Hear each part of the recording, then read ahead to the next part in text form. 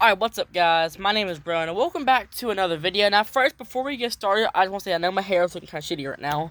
But don't worry guys, I'm getting a haircut on the 15th, I believe. I'm going to this place here in Unionville. Her name's Katie's Corner. She used to do my haircuts all the time, but she started charging a hell of a buck for it. So we stopped, but we're gonna go before we go back to Florida, which I believe is the 18th when we're going to Florida. Yeah guys, we're going back to Florida to see Tyler. It'll be April, of course. Tomorrow, I go for my physical, which you guys will be seeing this tomorrow. So, today is Sunday. Monday, I'm going for my physical. And, we'll be going rail fanning then, like we always do.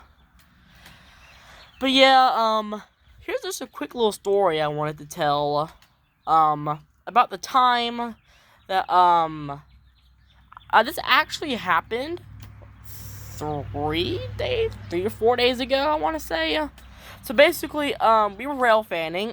They went to like Chapel Hill, Lewisburg, Bell Buckle, Fosterville, Christiana. We caught all those trains. I caught that. So we were here. We were at the Bell Buckle Fosterville Road, which is that little crossing when you're heading to Fosterville from Bell Buckle. So basically, we were heading there because I saw that weird red light.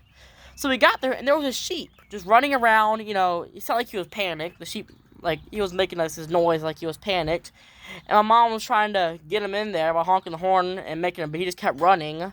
So after that, we went down there. We recorded the little train that was sitting there. The little back of the train that was sitting there. And then we came back. And then, whenever that happened, we wanted to see maybe who owned the land. Because we think we had an idea of who owned the land, but we wasn't entirely sure. So what we did was, what we did was we went to this house. It's like literally less than a minute away from the property itself. Around a little corner. Oh, somebody's getting in trouble by the 5-0. Let's see what that is. Hold on, guys. Let me see what that is. Hold on. That is.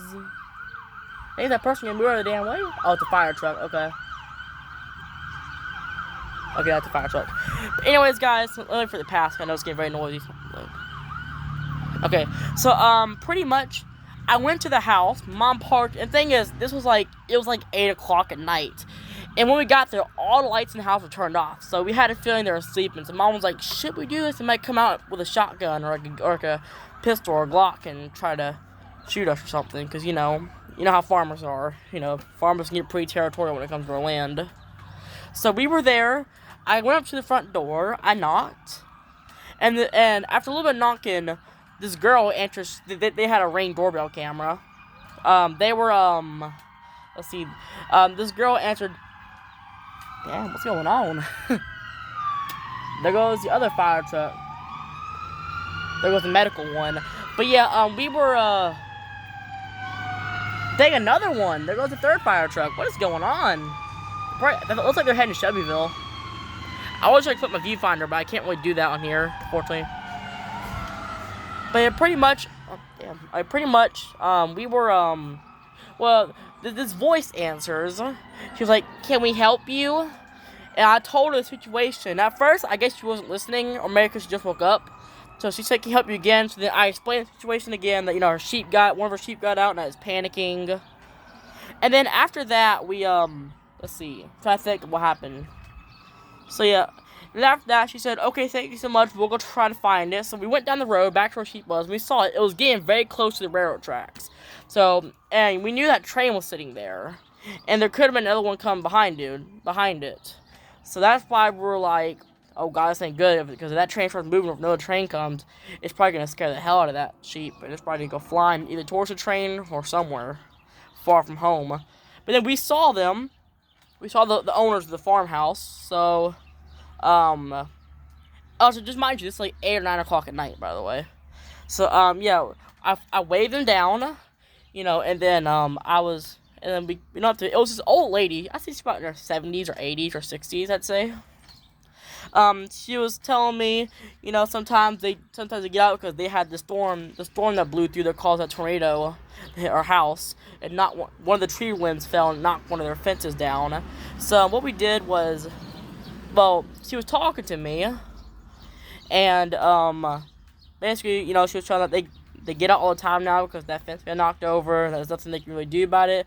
But they said that her son-in-law, which apparently lived behind her house up in the woods, she said her son-in-law was on the way, and then we saw it. Actually, no, before we saw him, it went into this little outcrop next to the road, and we think it got in because she said that because when we talked to her, I told her where it went. She said that she may have got in because there was a little fence that entered the field that sheep usually goes to.